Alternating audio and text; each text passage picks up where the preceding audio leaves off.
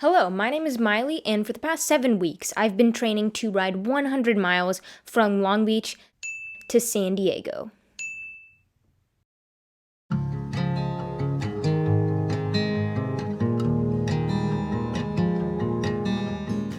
On the day of the century, I woke up at 4:40 a.m. and I got on my bike at 5:20.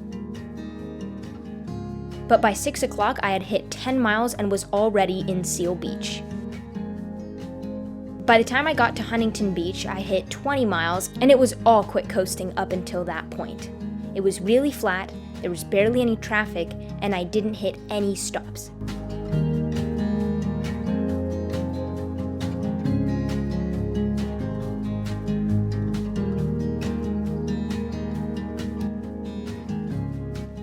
At mile 25, I met up with my friend.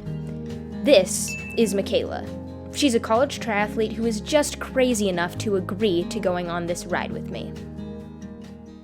So, why a century? Why 100 miles on the bike?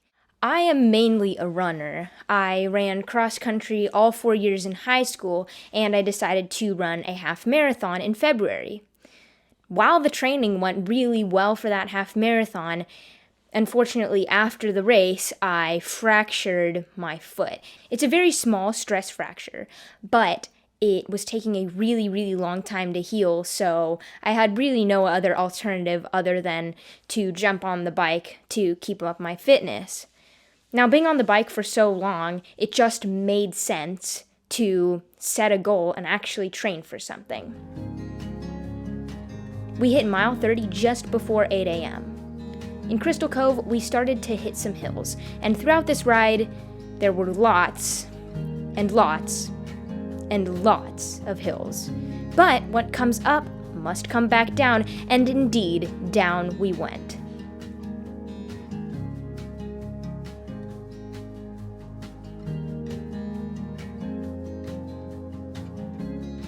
I was still feeling good through mile 40, which we hit in South Laguna Beach.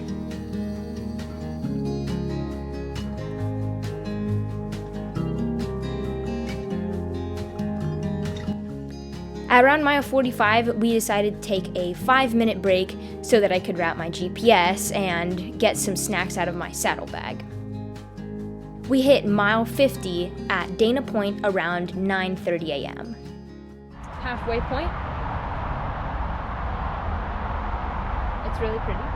We're just at 56 miles. We got a little over 50 left to go. There's the 5 right here, and this bike path is sort of a continuation of Pacific Coast Highway, but it's a lot less busy, so that's nice. Anyway, we're just taking a quick break before we start again. It drizzled for about 20 miles on and off throughout the ride. We hit mile 60 just before Oceanside, and we were still on a bike path off the I-5 freeway. At mile 70, we were near Carlsbad, and I did start to feel a bit tired at that point.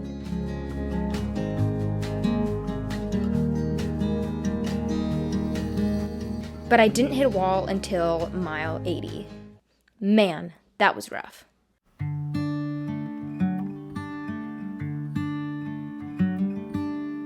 At pretty much 90 on the dot, we hit a massive hill. And when I say massive, I mean 2 miles of straight uphill. We were traveling at about 6 miles an hour, which was in stark contrast to the 15, 16, even sometimes 17 to 20 miles an hour we were pulling earlier in the ride. Holy shout out to Michaela for coming on this ride with me. I know this was not an easy feat, especially for someone as busy as she is. And also, I'd like to give a thank you to my family for coming down to San Diego to rescue us and bring us back to Long Beach. By the time we passed UCSD, it felt almost unreal. I couldn't believe that I had started the day in Long Beach and in just 7 hours was at UCSD, and I had traveled that whole way by bike.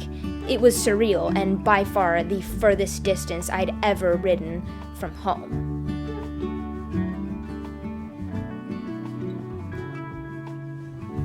We hit mile 100 in La Jolla, just a few miles away from the beach.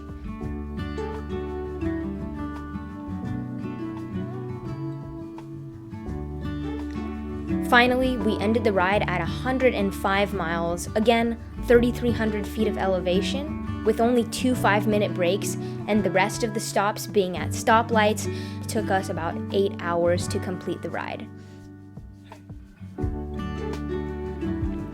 I had 2 main takeaways from this ride. First of all, there's nothing like going on an adventure with one of your best friends, and it made it more safe and fun to be with her.